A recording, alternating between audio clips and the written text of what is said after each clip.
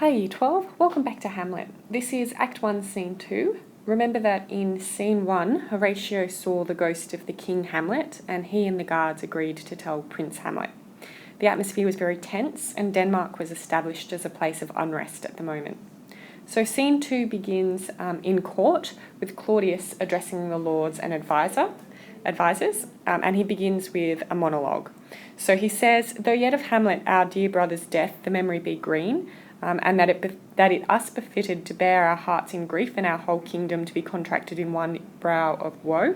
So he's just saying King Hamlet died recently and everyone should be upset about that.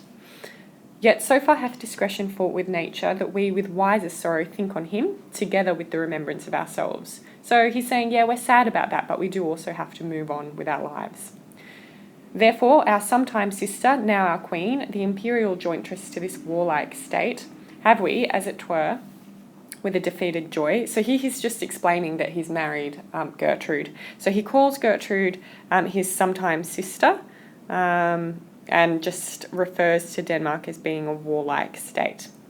He also uses an oxymoron, defeated joy. And he continues using oxymorons as he keeps explaining the way that people have behaved between the death of King Hamlet and his remarriage. So he says that they have one auspicious and one dropping eye, mirth in funeral, and dirge in marriage, in equal scale weighing delight and dole. So these oxymorons are just putting together the two different emotions that people should be feeling at the moment because of the death of King Hamlet and then the marriage of Claudius. So it sort of highlights perhaps the hypocrisy that was going on in Denmark at the time, or at the very least the confusion that people were feeling about how to behave. So then Claudius goes on to say, "Nor have we herein barred your better wisdoms, which have freely gone with this affair along, for all our thanks." So he's addressing his advisors and his lords, and he's saying, thanks for letting me marry Gertrude, basically. So then he changes the topic and he says, "Now follows that you know, young Fortinbras, holding a weak supposal of our worth, or thinking by our late dear brother's death our state to be disjoint and out of frame." So he's saying young Fortinbras has decided that since King Hamlet died, Denmark is disjointed and out of frame. So we have another description there of a perception of how Denmark is at the moment. And Claudius goes on to say, "Colleagued with the dream of his advantage, he hath not failed to pester us with message, importing the surrender of those lands lost by his father, with all bonds of law to our most valiant brother. So much for him." So he's just saying that Fortinbras wants his lands back because he thinks that Denmark is weakened by the death of King Hamlet, so he thinks he can get back what his father lost. Then he goes on to say, "Now for ourself and for this time of meeting, thus much the business is. We have here writ to Norway, uncle of young Fortinbras, who, impotent and bedrid, scarcely hears of this his nephew's purpose." So Claudius has written a letter to the actual king of Norway, who is Fortinbras's uncle. And Fortinbras's uncle is sick and has been in bed, so he hasn't heard that Fortinbras has raised an army and is threatening Denmark. So he says, he's written the letter asking the king of Norway to suppress his further gate herein, in that the levies, the lists, and full proportions are all made out of his subject. So he's commanding the king of Norway to control Fortinbras and to send through the taxes and the other money that Norway owes Denmark. And so then he gives his orders and he says, "We dispatch you, Cornelius, and you, Voltimand, for bearing of this greeting to old Norway, giving you no further personal power to business with the king more than the scope of these detailed articles allow. Farewell, and let your haste commend your duty." So he just orders Voltimand and Cornelius to go and act as ambassadors to Norway. And they say, yes, okay, we will. Then Claudius turns his attention to Laertes, and he has previously heard that Laertes is going to ask permission for him for something, and he says, "What's the news with you? You told us of some suit. What is it, Laertes? You cannot speak of reason to the Dane and lose your voice. What wouldst thou beg, Laertes, that shall not be my offer, not thy asking?" So he's setting Laertes up to say yes. He's saying, whatever you want, I would like to say yes. And he says, he uses an analogy here where he says, "The head is not more native to the heart, the hand more instrumental to the mouth." So that indicates how important Polonius is to Claudius. And indicates that Claudius wants to do what he can for Laertes because Polonius is such an important advisor. So Laertes asks permission to return to France because he just came to see Claudius be given his position as king. Claudius says, is Polonius okay with that? Polonius says he is. Claudius says, off you go, enjoy yourself. And then Claudius changes the topic again and he turns to Hamlet and he says, but now my cousin Hamlet and my son. So Hamlet is offended by Claudius calling him his son, and he has an aside, which is one of the famous lines of the play, where he says, a little more than kin and less than kind. So he reacts to being called Claudius's son by saying that they're not similar enough to be of a kind, even though their kinship position is now that of technically father and son. He's also making a bit of a play on words because he's using the word kind to mean that they're not similar, they're not the same, but it also has connotations of Claudius not treating him very well. And Claudius says, how is it that the clouds still hang on you? Meaning, why are you so down in the dumps? Why are you depressed? And Hamlet says, I'm not down in the dumps, I'm not unhappy, I'm too much in the sun. And this is another pun, because he's referring to the fact that Claudius keeps calling him his son. So he's using son with a U as a joke with son with an O about the fact that he's being called son and he doesn't like it. Then Gertrude says, please cast thy nighted colour off and let thine eye look like a friend on Denmark. Do not forever with thy veiled lids seek for thy noble father in the dust. Thou knowest 'tis common, all that lives must die, passing through nature to eternity. So she's saying, basically, stop being so depressed, everybody has to die. And Hamlet agrees, yes, everybody has to die, it's common. And Gertrude says, well, why do you seem to take it so personally? Why seems it so particular with thee?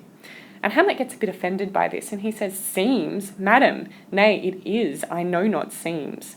So that's quite an important quote, because it draws our attention to the idea of duplicity or hypocrisy, and that difference between appearances and reality. And so he goes into the difference between something seeming and something being, or something that is, in a little bit more detail through the rest of this speech. So he says, "'Tis not alone my inky cloak, good mother, nor customary suits of solemn black." So he's saying it's not just that I'm wearing black. And then he says, nor windy suspiration of forced breath, so not just the fact that I sigh a lot, nor the fruitful river in the eye, not that I'm crying, nor the dejected haviour of the visage, not that I look sad, together with all forms, moods, shapes of grief that can denote me truly. These indeed seem, for they are actions that a man might play. They are actions that a man might play. So he's saying, yes, okay, I'm wearing black, I'm crying, I look sad, I sigh a lot, I'm miserable, but anyone could do this if they wanted to. That doesn't reveal how I really feel. And he says, I have that within which passeth show. I feel so unhappy that there's no way that I can possibly express how I feel. These but the trappings and the suits of woe. So he's saying everything that you're drawing attention to, it's just the external side of things. So even if he changes how he dresses, he's not going to change how he feels. He's not faking it. He genuinely feels really bad. But this has brought up one of the key themes of the play, that idea of something seeming or something having an appearance that's different to how it really is. So Hamlet is already struggling with the idea that appearances can be deceiving. So Claudius responds to that by saying, oh, 'tis sweet and commendable in your nature, Hamlet, to give these mourning duties to your father. So he's saying, it's nice that you're upset that your father's dead. And then he says, but you must know, your father lost a father, that father lost his, and the survivor bound in filial obligation for some term to do obsequious sorrow. So he's saying, yeah, everyone loses their father, and then you always have an obligation to mourn for the father. But you can see that Claudius doesn't see that as being an actual emotion. You can see that in terms of appearance versus being or the reality of something, he falls on the side of appearances because he doesn't understand that Hamlet might genuinely be upset by this. He sees it as an obligation to grieve. And he says, to persevere in obstinate condolement, so to continue to be really upset, is a course of impious stubbornness. 'Tis unmanly grief.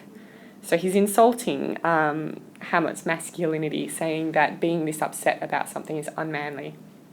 And then he says, it shows a will most incorrect to heaven, a heart unfortified, a mind impatient, an understanding simple and unschooled. So not only does he insult Hamlet's masculinity, he also insults his intellect, his emotional state, everything.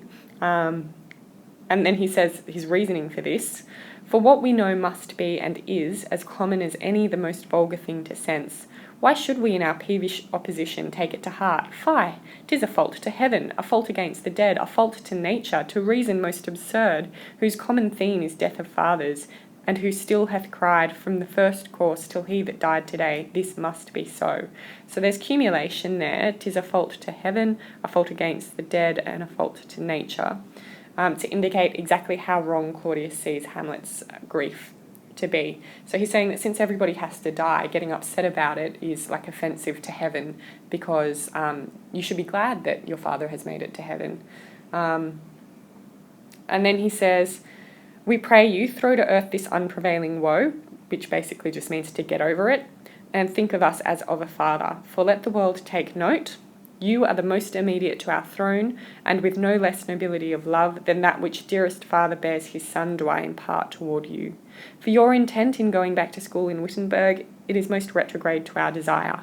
So he says, please think of me as a father and forget your grief for your old father. And he says, I know you want to go back to university in Germany. And he says, but I don't want you to. And we beseech you, bend you to remain here, in the cheer and comfort of our eye, our chiefest courtier, cousin, and our son. So I want you to stay here, please don't go. And Gertrude adds to that, let not thy mother lose her prayers, Hamlet, I pray thee, stay with us, go not to Wittenberg. So they're both asking him to stay. And Hamlet says, I shall in all my best obey you, madam. Claudius is really pleased that he said that. He says, 'tis a loving and fair reply, be as ourself in Denmark. And then Claudius's response to that is basically, let's have a party, get drunk, and fire the cannon a lot. So no jocund health that Denmark drinks today. So whenever we do a toast, the great cannon to the clouds shall tell.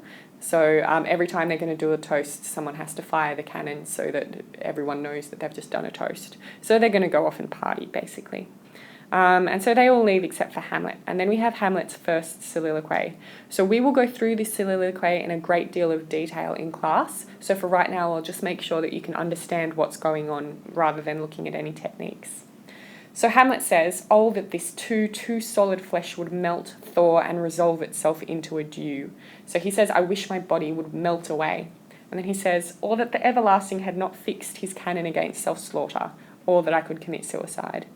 Oh God, how weary, stale, flat, and unprofitable seems to me all the uses of this world. So he says life seems boring, it's meaningless, there's nothing worthwhile to do. And then he says, fie on it, fie, 'tis an unweeded garden that grows to seed. Things rank and gross in nature possess it merely. So he says the world is like an unweeded garden, and only disgusting weeds and unpleasant things happen here. And then he says that it should come to this, but 2 months dead, nay, not so much, not 2. So he's thinking about his father, and he's saying, I can't believe that within 2 months of my father's death, they're going off to party, and Gertrude has already married Claudius. And he says, so excellent a king that was to this, Hyperion to a satyr. So he's saying, King Hamlet, my father, was an excellent king. He was like a god, like a Hyperion. And Claudius is just like a disgusting beast, like a satyr. He says, my father, Hamlet, was so loving to my mother that he might not beteem the winds of heaven visit her face too roughly. So he used to try and protect her face from the wind. Heaven and earth, must I remember? So Hamlet is really distracted by this. He doesn't want to be thinking about this, but he can't stop. Why, she would hang on him as if increase of appetite had grown by what it fed on. So he's thinking about the way that his mother used to behave around King Hamlet and the way that she used to hug him and follow him around and act really in love with him. And then he says, and yet, within a month, let me not think on it. So he keeps trying to change the topic, get his mind off it. But then he can't. So he says, frailty, thy name is woman, meaning women, you are so weak. You've given in to the temptations of the flesh. And then he says, a little month, less than a month, before the shoes that she wore to the funeral were old. She was like Niobe from classical history. She cried a lot. But she then, like a beast that wants discourse of reason, married with Claudius. So he's saying she's even worse than an animal, because even an animal would have mourned longer. And she's married Claudius, who is so different to King Hamlet in the same way that Hamlet is different to Hercules, so it's a bit disparaging about himself there. And he says, before even the salt of most unrighteous tears had left the flushing in her gold eyes, so before she'd even finished crying, she'd already married. And he says, O most wicked speed, to post with such dexterity to incestuous sheets. It is not, nor it cannot come to good. So he comes to the conclusion that he can't handle what has happened, that what has happened is definitely terrible, that Gertrude would marry Claudius. But he ends by saying, but break my heart, for I must hold my tongue. So his heart is breaking, but he can't speak to anyone about it. He has to just deal with it because everybody else has dealt with it, and he just needs to move on. So then we have the guards come in and say hello. And we find out that Hamlet knows Horatio, but not that well, because he sees Horatio and he says, oh, Horatio, or do I forget myself? Have I got your name wrong? And Horatio says, no, that's me. And we find out through this conversation that Hamlet and Horatio and Marcellus knew each other at uni, and that they've come back for the father's funeral, so for King Hamlet's funeral, and Hamlet makes some comments about them coming instead to see his mother's wedding, since it happened so quickly. Then Horatio says that he saw the ghost, and Hamlet asks for more information. So Horatio here just goes through exactly what has happened, the fact that for 3 nights the ghost has appeared, 2 of them seen by the guards and then once by Horatio himself, and that he looked like the ghost of King Hamlet. So then, yeah, they just keep talking about it, and essentially Hamlet then asks for a description of what he looked like. Well, he was armed. He had his helmet, his beaver, his helmet up. This one's important. He had a countenance more in sorrow than in anger, so his face looked sad, not angry. And Hamlet just keeps asking questions for more information. And then Hamlet says, if it assume my noble father's person, I'll speak to it, though hell itself should gape and bid me hold my peace. I pray you all, if you have hitherto concealed this sight, let it be tenable in your silence still. And whatever else shall happen tonight, give it an understanding, but no tongue. I will requite your loves. So he just says, look, I'm going to come and see for myself. You haven't told anyone else yet, so please don't tell anyone else until after tonight when we've all seen it. And he says, fare you well, I'll see you on the platform between 11 and 12. They all leave, and Hamlet has 4 lines on the stage himself. And he says, my father's spirit in arms, all is not well. I doubt some foul play. So in this case, doubt means suspect. So he's saying, I suspect some foul play. Would the night were come. Till then sit still my soul. Foul deeds will rise, though all the earth overwhelm them to men's eyes. So that just means that no matter what happens or how foul play is concealed, eventually it does come to light. So that's Hamlet's faith that truth and that truth will eventually come to the forefront, and that the foulness that is underlying events will come to the forefront.